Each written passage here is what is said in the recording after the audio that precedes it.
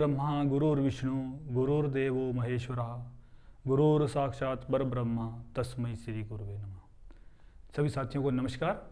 आप सभी का एक बार फिर से आपके अपने YouTube चैनल अमेजिंग शिक्षा में बहुत बहुत हार्दिक अभिनंदन व स्वागत है। जैसा कि हम इससे पहले हमने अनेक कक्षाएं जो हैं वो की हैं, उसमें वर्णमाला से संबंधित थी, स्वर व्यंजन संधि, उसमें स्वर संधि के भेद किए।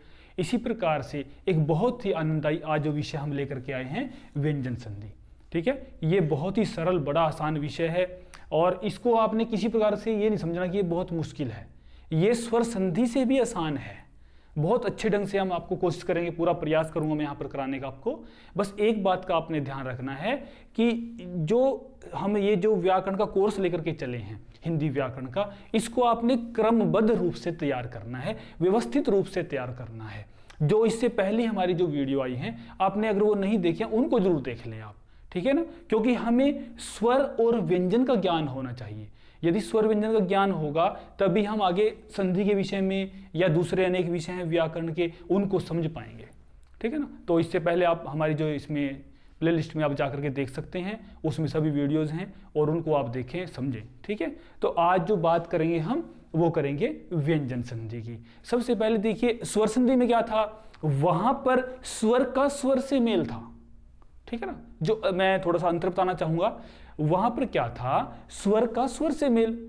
व्यंजन संधि में क्या होगा, यहां पर तीन स्थितियां बनती हैं, ठीक है। यहां स्वर का व्यंजन से भी मेल हो सकता है, व्यंजन का स्वर से भी मेल हो सकता है, या फिर व्यंजन का व्यंजन से भी मेल हो सकता है, ठीक है। यहां यह नहीं कि व्यंजन का स्वर व्यंजन से मेल होगा, मतलब किसी भी स्थिति, कोई भी स्थिति बन सकती है। वो कैसे बनेगी वो हमने समझना है। सबसे पहले हम ये लिखें कि व्यंजन संधि कहते किसको हैं, इसकी परिभाषा लिखें, ठीक है। स्वर या व्यंजन का, स्वर या व्यंजन का स्वर या व्यंजन के साथ, ये मैंने क्यों लिखा स्वर या व्यंजन, क्योंकि स्वर व्यंजन दोनों में से कोई भी हो सकता है। बस ये है अंतर कि स्वर के बाद स्वर नहीं होगा। वो यदि स्वर के बाद स्वर होगा तो वो तो स्वर संधि हो जाएगी, है ना। यहां पर स्वर या व्यंजन का स्वर या व्यंजन के साथ मेल होने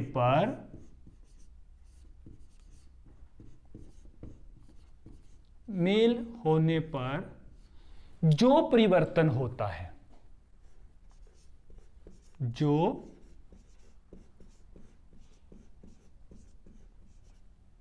परिवर्तन होता है उसे व्यंजन संधि कहते हैं। व्यंजन संधि कहते हैं।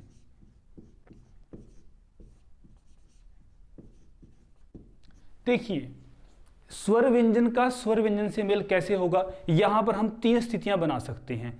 कैसी, देखिए पहले नंबर पर क्या होगा, स्वर का व्यंजन से मेल हो सकता है, ठीक है, ये पहचान याद करनी हमने। दूसरा क्या हो सकता है, व्यंजन का स्वर से मेल हो सकता है, ठीक है। तीसरा व्यंजन का व्यंजन से मेल हो सकता है। ये जो तीन स्थितियां हैं ये व्यंजन संधि बनती हैं, क्योंकि हमें पहचान जरूर ध्यान रखनी है अपनी। स्वर संधि में क्या था, वहां तो स्वर का स्वर से मेल, वहां तो कोई दिक्कत ही नहीं है, वहां तो केवल मात्र एक ही स्थिति है, क्या है, स्वर का स्वर से मेल। परंतु व्यंजन संधि में क्या है, यहां पर तीन स्थितियां बन सकती हैं। स्वर का व्यंजन से मेल हो सकता है, व्यंजन का स्वर से हो सकता है, व्यंजन का व्यंजन से हो सकता है। इसके हम उदाहरण के माध्यम से इसको समझेंगे। जैसे हमने कहा परिघन छेद, ठीक है, परिच्छेद। अब देखिए यहां पर क्या है, र में ई है, ई क्या होता है, स्वर होता है, और उसके जो सामने क्या है, छ है, छ क्या है, वो व्यंजन है। अब यहां क्या कहता है, पहली स्थिति स्वर का व्यंजन से मेल हो सकता है, तो परिच्छेद क्या बन जाता है, परिच्छेद। ये कैसे बनेगा, ये जब इसके नियम इसको विस्तार पूर्वक पढ़ेंगे वहां समझेंगे। अभी हमने केवल ये समझना है कि जो स्थितियां वो कैसे कैसे बन सकती हैं। स्वर का व्यंजन से मेल हो सकता है, और दूसरा क्या है, व्यंजन का स्वर से मेल हो सकता है, जैसे जगत ईश। ठीक है, यहां क्या है, त है। अब त क्या है, यहां व्यंजन है। अब इसका ध्यान रखना आपने, क्योंकि ये व्यंजन वर्ण है, ये निशान आप देख रहे हैं हल्का, तो ये जो है इसका अर्थ है कि ये व्यंजन है। यदि ये यहां पर ना हो तो इसको क्या मानेंगे हम, स्वर पीछे, क्योंकि यहां अ की ध्वनि पीछे आएगी तो, लेकिन ये क्या है, ये व्यंजन वर्ण है, और व्यंजन के सामने क्या है, स्वर है। तो ये स्थिति बनी, व्यंजन के साथ अगर स्वर का मेल, तो क्या परिवर्तन होगा, जगत ईश क्या बन जाएगा, जगदीश, ये बन जाता है। ठीक, ये दूसरी स्थिति है जब व्यंजन का स्वर से मेल होगा। अब तीसरी स्थिति क्या बन सकती है हमारे सामने, व्यंजन का व्यंजन से मेल। ठीक है, वो कैसे होगा, देखिए वाक वैभव, ये स्थिति बनती है। देखिए उदाहरण के माध्यम समझिए आप, क क्या है, व्यंजन वर्ण यहां पर आया है, सामने भी वह है, वो भी व्यंजन वर्ण है, तो व्यंजन का व्यंजन से मेल। तीनों स्थितियां जो है ना यहां पर देखिए आपके सामने हैं, जो व्यंजन संधि में बनती हैं। ध्यान रखना आपने, स्वर संधि में स्वर का स्वर से मेल, व्यंजन संधि में स्वर का व्यंजन से मेल भी हो सकता है, व्यंजन का स्वर से भी हो सकता है, व्यंजन का व्यंजन से भी हो सकता है। अगर आपने थोड़ा सा याद करने के लिए बता देता हूं मैं, कि एक तरफ व्यंजन जरूर होगा, बस साधारण सी सामान्य सी बात है, चाहे इधर व्यंजन हो या इधर हो, व्यंजन जरूर होता है व्यंजन संधि में। स्वर संधि में स्वर, दोनों तरफ स्वर होते हैं, बस ये आप ध्यान रख सकते हैं। तो वाग वैभव, इसको क्या बन जाएगा, वाग वैभव। ये जो हमने पहचान बताई है इसको आपने समझना है। ठीक है, स्वर या व्यंजन का स्वर या व्यंजन के साथ मेल होने पर जो परिवर्तन होता है उसे व्यंजन संधि कहते हैं। मैंने यहां पर स्थितियां लिख दी हैं तीनों। पहली स्थिति है स्वर व्यंजन, व्यंजन स्वर, व्यंजन और व्यंजन। ठीक है, तो ये जो है इसकी परिभाषा थी, आप सबने ये लिखनी है। और अगर इस जो हमारी ये कक्षा है, हमारे छठी कक्षा से 12वीं कक्षा के जो बच्चे अगर ये देख रहे हैं, तो मैं उन्हें थोड़ा सा कुछ कहना चाहूँगा। प्यारे बच्चों, अभी आपका जो है ना ये जो संधि का विषय है, ये हर कक्षा में आपके पास आना है। ठीक है, तो आपने अपनी जो एक कॉपी लगानी है उसमें इसको ध्यान से, जितनी भी हमारी कक्षाएं हुई हैं उसको ध्यान से लिखना है। ठीक है बेटा, क्योंकि ये हर कक्षा में संधि जो है ना, यहाँ तक कि आप कहीं भी आप किसी नौकरी के लिए, किसी भर्ती के लिए अप्लाई करोगे, फॉर्म भरोगे, वहाँ कोई परीक्षा होगी, वहाँ भी संधि से प्रश्न आते हैं। ये बहुत आगे दीर्घकालीन है, बहुत लंबे समय तक आपके काम आने वाली चीज़ है। ठीक है बेटा, तो इसको करना अपने ध्यान से। तो व्यंजन संधि के बारे में हमने पढ़ा, उसकी परिभाषा आप स्क्रीनशॉट ले लीजिए इसका, और इसको आपने लिखना जरूर है। ठीक है, तो इसके बाद हम कुछ ऐसे नियम याद करेंगे जिस नियम के माध्यम से बहुत ही आसानी से हम इसको समझ लें। ठीक है, रट्टा नहीं लगाएंगे, हम नियम से समझेंगे। हमने रट्टू तोता नहीं बनना है। ठीक है ना। अब रट्टू तोते से मेरे एक बात याद आई कि एक ना साधु जो था वो किसी रास्ते से जा रहा था, और सामने से उसके एक शिकारी आता है, और वो शिकारी क्या ले रहा है, वो ना तोते ले रहा है। तोता, उसने तोता पकड़ा हुआ है, वो ले रहा है हाथ में। तो उसने सोचा कि महात्मा जी आ रहे हैं, चलो भाई मेरे पास और तो कुछ है नहीं देने के लिए, क्यों ना मैं इनको एक तोता ही भेंट कर दूं, है ना। तो उन्होंने क्या किया, एक तोता जो है महात्मा जी को दे दिया कि महात्मा जी मेरी तरफ से जो तोता है इसको आप स्वीकार करें। तो महात्मा जी वो तोता लेकर के आश्रम में चले गए। अब आश्रम में उन्होंने इसको पिंजरे में रखा, तो महात्मा जी उसको एक पंक्ति हर रोज सिखाते थे। वो पंक्ति क्या थी कि शिकारी आएगा, जाल बिछाएगा, दाना डालेगा, फंसना मत। ये पंक्ति सुबह शाम, अब महात्मा जी हर दोनों समय उसको सिखा रहे हैं। तो हुआ क्या, तोते ने जो बोलना शुरू कर दिया वही पंक्ति। तोता भी क्या उच्चारण करने लग गया कि शिकारी आएगा, जाल बिछाएगा, दाना डालेगा, फंसना मत। तो जब काफी समय हो गया, 1 महीना सारा हो गया, और तोता तो बहुत अच्छे से बोलने लग गया। तो महात्मा जी ने सोचा कि अब तो ये फंसेगा नहीं, अब ये किसी शिकारी की जाल में नहीं फंसेगा, तो उसने उसको छोड़ दिया। तो जैसे ही वो उड़ करके जंगल में गया तो हुआ क्या, वहां से फिर वो शिकारी गुजर रहा है, तो उसकी जो दृष्टि तोते पर पड़ती है, और तोता जो है ना वहां वृक्ष की टहनी पर बैठा हुआ बोल रहा है कि शिकारी आएगा, जाल बिछाएगा, दाना डालेगा, फंसना मत। अब शिकारी को बड़ा गुस्सा आया। अब शिकारी सोचता है कि ये मैंने क्या कर दिया, मैंने तो महात्मा जी को तोता देकर के बहुत बड़ा नुकसान कर लिया अपना। अब तो इस तोता जो है कभी फंसेगा ही नहीं और दूसरे पक्षियों को भी कहेगा।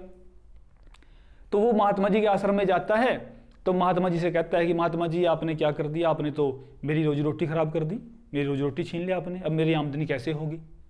अब महात्मा जी कहते हैं कि आपने अपना प्रयोग किया। वो कहते हैं नहीं, कम से कम आप अपना प्रयोग करके देखिए, क्या वो जो तोता है उस बात पर अमल करता है, नहीं करता है। तो फिर शिकारी जो है ना जंगल में जाता है, फिर वो क्या करता है, वो जाल बिछा देता है और उसके ऊपर ना दाने डाल देता है। फिर वो जो तोता है ना वहां बैठा बैठा बोल रहा है कि शिकारी आएगा, जाल बिछाएगा, दाना डालेगा, फंसना मत। तो फिर वो उड़ करके कहां बैठ गया, जाल में बैठ जाता है। और जाल में बैठे बैठे भी वो क्या बोल रहा है कि शिकारी आएगा, जाल बिछाएगा, दाना डालेगा, फंसना मत। तो क्या करता है शिकारी जो है ना उस जाल को इकट्ठा कर लेता है, और वो जो तोता है ना वो उस जाल में बंध जाता है। और वो जाल में बंधा बंधा भी क्या बोल रहा है कि शिकारी आएगा, जाल बिछाएगा, दाना डालेगा, फंसना मत। क्यों मैंने ये बात क्यों बताई, क्योंकि तोता जो है ना वो रटने तक सीमित था, उसने उसका प्रयोग ही नहीं किया, है ना। तो हमें रट्टू तोता नहीं बनना है। रट्टू तोता जो है ना वो हमें उसका अनुयायी नहीं बनना है, वो तो अल्पकालीन होता है रटना की चीज को। लेकिन यदि मैं नियम की बात क्यों करता हूं, यदि हमने एक बार नियम को समझ लिया, फिर उदाहरण जो है ना हम आराम से कर सकते हैं। जहां कुछ याद करने की बात है, रटने की बात है, वो भी मैं बताऊंगा आपको, कहां याद करना है, कहां आप रटकर काम कर सकते हैं वो भी बताऊंगा। लेकिन अधिकतर संधि में आपने नियम को समझना है, फिर उदाहरण के द्वारा उसको समझना है, बड़े आराम से और एकाग्र चित्त से, धैर्य के साथ, उछल कूद नहीं। आज हमने वर्ण पढ़ लिए, कल हमने समास पढ़ लिए, परसों हमने, इस तरह से नहीं, हमने विस्तार पूर्वक और क्रम से पढ़ना है, व्यवस्थित रूप से तैयारी को करना है। ठीक है। अब देखिए नियम क्या क्या बनेंगे वो मैं आपको बताना चाहूंगा। यहां पर इसमें व्यंजन संधि में बहुत सी ऐसी स्थितियां बनती हैं जिन कारण से कोई किसी भी वर्ण में परिवर्तन होता है। जैसे कभी कभी क्या होता है, पहले वर्ण को तीसरा वर्ण करते हैं हम। बहुत जगह क्या होता है, पहले वर्ण को पांचवां वर्ण करते हैं, है ना, यही होता है ना। और बहुत जगह क्या होता है कि तीसरे वर्ण को पहला वर्ण होता है। ठीक है। ये कब कब होंगे, कैसे होंगे, क्योंकि यहां से प्रश्न बहुत आता है कि तीसरा वर्ण, इसके उदाहरण जब मैं बताऊंगा आपको कि कैसे इसके जो परीक्षाओं में बहुत से प्रश्न आते हैं इससे संबंधित। ये बहुत ही महत्वपूर्ण है तीनों। यानी पहले वर्ण को तीसरा कब होगा, पहले को पांचवा कब होगा, तीसरे को पहला कब होगा। तो लिखिए नियम पहला,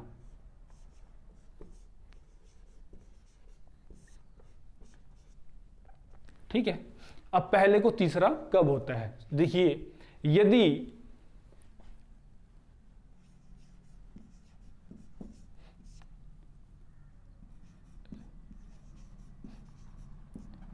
प्रथम वर्ण के बाद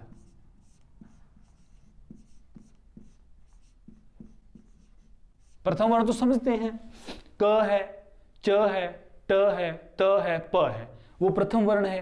प्रथम वर्ण के बाद तीसरा,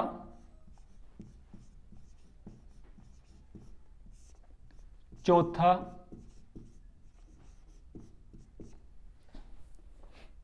तीसरा, चौथा, पांचवा,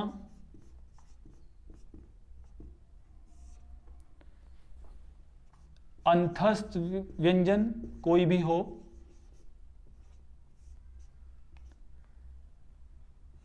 और कोई भी स्वर हो।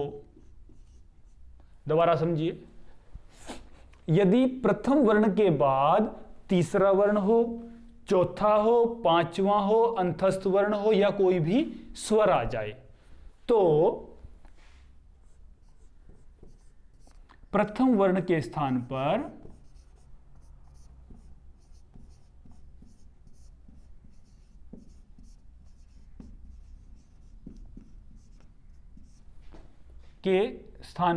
उसी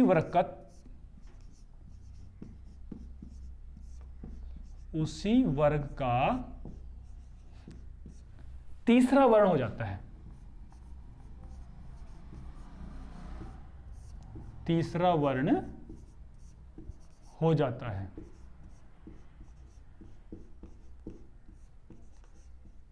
देखो दोबारा एक बार फिर से मैं इसको दोहराता हूं। यदि प्रथम वर्ण के बाद तीसरा वर्ण हो, चौथा वर्ण हो, पांचवा तो न म ही होता है, क्योंकि कोई भी जो है ना शब्द वो न म से शुरू होता है, बाकी तो नहीं होता हमसे।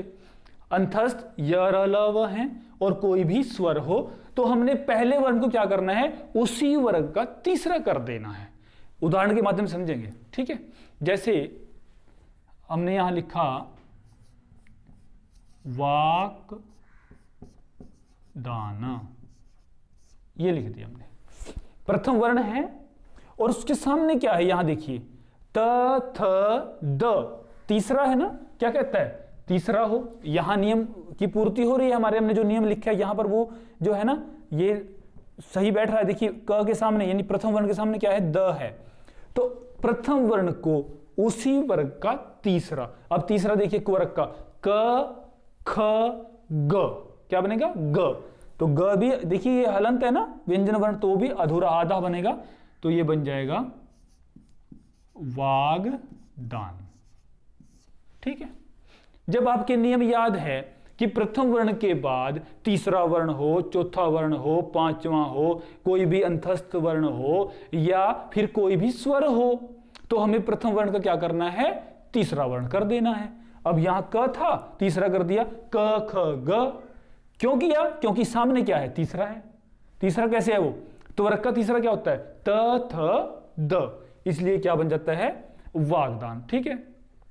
अब एक उदाहरण और देख लेते हैं, जैसे षट दर्शन है, ठीक है। अब ट है, प्रथम वर्ण है, सामने तीसरा है, तो ट को क्या होगा, इसी वर्ग का तीसरा हो जाएगा, ट ठ ड, ठीक है। तो ये षट दर्शन बन जाएगा,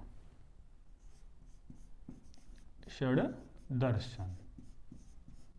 इस प्रकार से हम इसको समझेंगे, तीसरा वर्ण हो और चौथे का उदाहरण देख लेते हैं, षट भाव। ट है, प्रथम वर्ण है, सामने क्या है, चौथा वर्ण है, यहां तीसरा था, यहां क्योंकि नियम को फिर मैं बार बार बोलता हूं, नियम को एक बार याद कर लें आप। उदाहरण तो इससे भी हम समझ सकते हैं उदाहरण से, लेकिन अगर नियम याद होगा तो बहुत जल्दी समझ में आएगा हमारे। देखिए प्रथम वर्ण है, सामने क्या है, चौथा वर्ण है। चौथा कैसे, पूरक का चौथा क्या बनता है, पूरक का प फ ब भ। अब जिस भी विद्यार्थी ने हमारी जो वर्णमाला कक्षा पढ़ी होगी वो तुरंत बोल देगा, तुरंत समझ में आ जाएगा कि हाँ जी ये तो पूरक का है, चौथा वर्ण है। प फ, जिसने वर्णमाला कक्षा ही नहीं पढ़ी वो तो सोचेगा ये क्या है, ये तीसरा चौथा क्या है, ये अंतस्थ क्या है, ये स्वर क्या है, ये पांचवा, वो कहीं ना कहीं बहुत बड़ी एक उलझन में फंस जाएगा। तभी तो मैं बार बार इस बात को बोलता हूं कि अगर आपने वो पहली वीडियो वर्णमाला है, उसमें स्वर है, उसमें व्यंजन है, वो नहीं देखे, उसको कक्षा को आप जरूर देखें, ताकि ये बड़ा आसान लगेगा आपको। फिर प्रथम वर्ण के बाद क्या है, चतुर्थ है, चौथा वर्ण है ना, तो इसको इसी वर्ग का तीसरा करना हमने, पहले को तीसरा। यहां आप लिख भी सकते हैं अपने समझने के लिए, पहले को इस तरह से लिख सकते हैं, तीसरा, पहले को तीसरा कब करते हैं ये लिख सकते हैं, अपनी सुविधा के लिए लिख सकते हैं, ताकि हमारे ध्यान रहे कि पहले को तीसरा कब बनता है। तो ट ठ ड, षड भाव क्या बन गया, षड भाव, ठीक है। तीसरा हो, चौथा हो, पांचवा हो, या फिर क्या हो, अंतस्थ। अंतस्थ का देख लेते हैं, दिक विजय। अब यह र ल व होता है, वह क्या है, अंतस्थ वर्ण है, विजय ये है, ठीक है। अब प्रथम वर्ण के सामने क्या है, अंतस्थ आ गया, य र ल व आ गया, तो इसको तीसरा कर देंगे, तो ये क ख ग दिग्विजय बन जाएगा। क्या बन जाएगा यहां पर? दिग्विजय, ये बन जाएगा, है ना। और या फिर कोई भी, अगर हम स्वर की बात करें, स्वर का उदाहरण ले लेते हैं कोई भी, जैसे अच अंत है, ठीक। अब ये अ क्या है? स्वर है, ये स्वर भी तुमने कहा ना वहां पर, अंतस्थ भी कहा, पांचवा, चौथा, तीसरा, ये सभी कहे हमने, और पहले वर्ण के सामने होने चाहिए। अब पहला वर्ण च, तो पहला वर्ण है, सामने क्या है? अ है, तो च को क्या करेंगे? उसी वर्ग का तीसरा वर्ण कर देंगे, यानी च छ ज। अब ज हो गया, तो यहां ये क्या बन जाएगा? अजंत, अजंत, ये बन जाता है, क्योंकि अ इसमें मिल जाएगा, ज, ये ज बन गया, अजंत, ये पूरा हो गया, ठीक है। तो ये हमारा पहला नियम था कि पहले वर्ण को तीसरा वर्ण कब करते हैं, कैसे करते हैं, किस प्रकार से करते हैं, ठीक है। तो इसको आप स्क्रीनशॉट ले लीजिए इसका, ताकि हम अगला नियम लिख सकें। और इसको लिखने का अभ्यास जरूर करना, आपने लिखेंगे ना अपने हाथ से, फिर ज्यादा अच्छे से हमारी तैयारी हो जाती है, ठीक है। तो ये प्रथम नियम है। अब हम दूसरे नियम की बात करेंगे कि जो पहले वर्ण को पांचवा कैसे बनता है, उसकी बात हम करेंगे अब।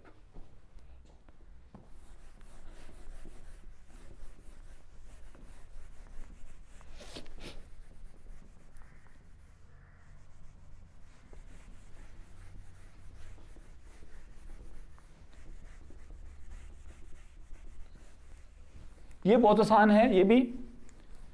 पहले को जो पांचवा है वो कैसे करेंगे, देखिए।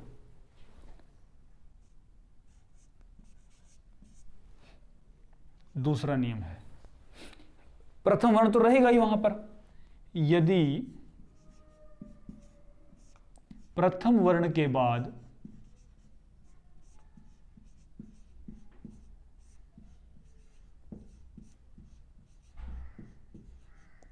न हो या म हो, बहुत आसान है, पर प्रथम वर्ण के बाद न या म हो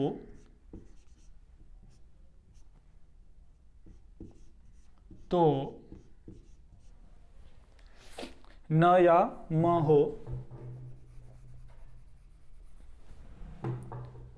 तो प्रथम वर्ण के स्थान पर, प्रथम वर्ण के स्थान पर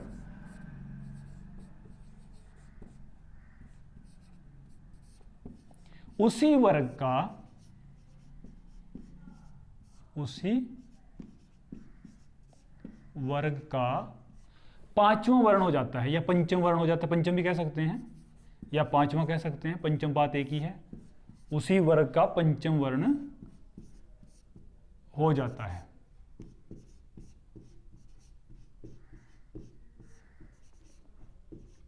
ठीक है। क्या कहता है कि प्रथम वर्ण के बाद न हो या म हो, तो यदि न म सामने आ जाता है ना प्रथम वर्ण के, तो जो पहला वर्ण था उसको भी उसी वर्ग का हमने क्या करना है, पांचवा वर्ण कर देना है। इसको उदाहरण के माध्यम से समझेंगे। जैसे हमने लिखा यहां पर वाक और निपुण, ठीक है। देखिए प्रथम वर्ण है, प्रथम वर्ण के सामने न है, तो इसको भी इसी वर्ग का पांचवा करना है। क ख ग घ ग बनेगा, तो ये बन जाएगा वांगी निपुण,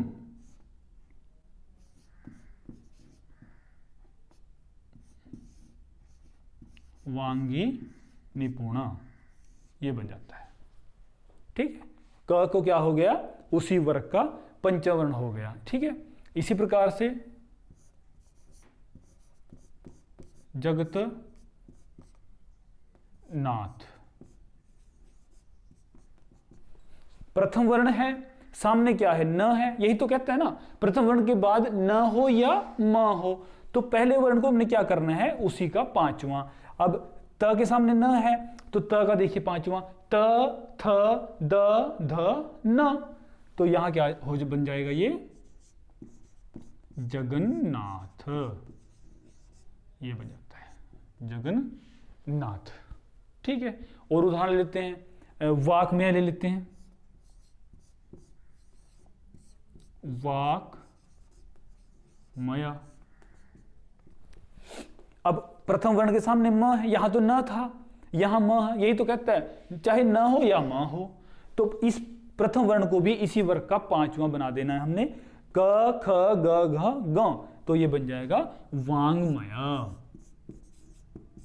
वांग्मय। ठीक है, तो ये कौन से उदाहरण है हमारे कि पहले को पांचवा। ठीक है, अब षट मास कर लेते हैं, षट मास। ट है, सामने क्या है, म है, अब ट का पांचवा, ट ठ ड ढ अण, तो ये बन जाएगा षण्मास, षण्मास,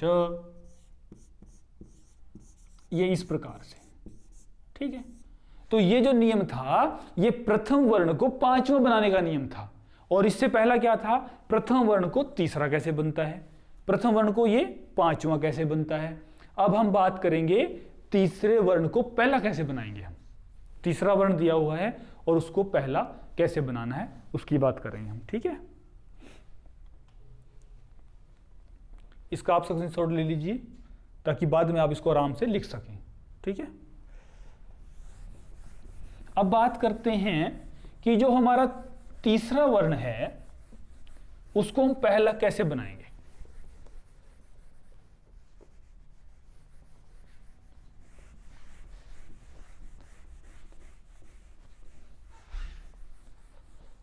देखिए, तीसरा क्या, हम यहां केवल मात्र एक ही को ले लेते हैं, द, त थ द को मान लेते हैं।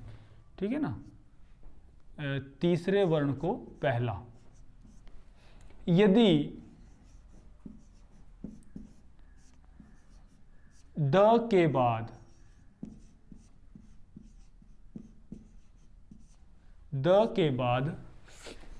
क ख हो,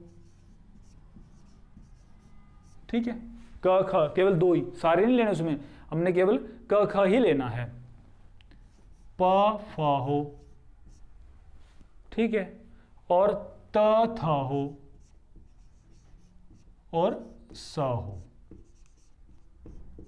कौन कौन से, यदि द के बाद क ख प फ त थ और स हो तो इस द के स्थान पर, तो